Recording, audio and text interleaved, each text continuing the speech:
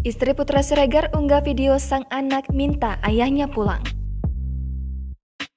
Istri Putra Siregar, Septia Yetri Opani mengunggah video anak bungsunya yang balita minta sang ayah segera pulang ke rumah.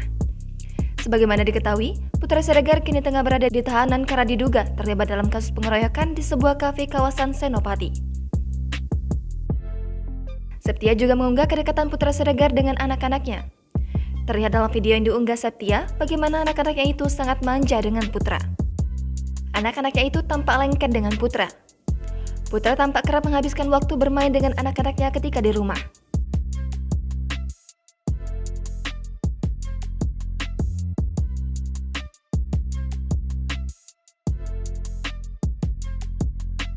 Septia juga mengungkapkan rasa sayangnya untuk sang suami. Diketahui, Putra bersama Riko diduga mengeroyok MNA atau N di salah satu kafe kawasan Senopati, Jakarta Selatan, 2 Maret 2022. Putra dan Riko kini dinyatakan sebagai tersangka pengeroyokan pria bernama Nur Alamsyah.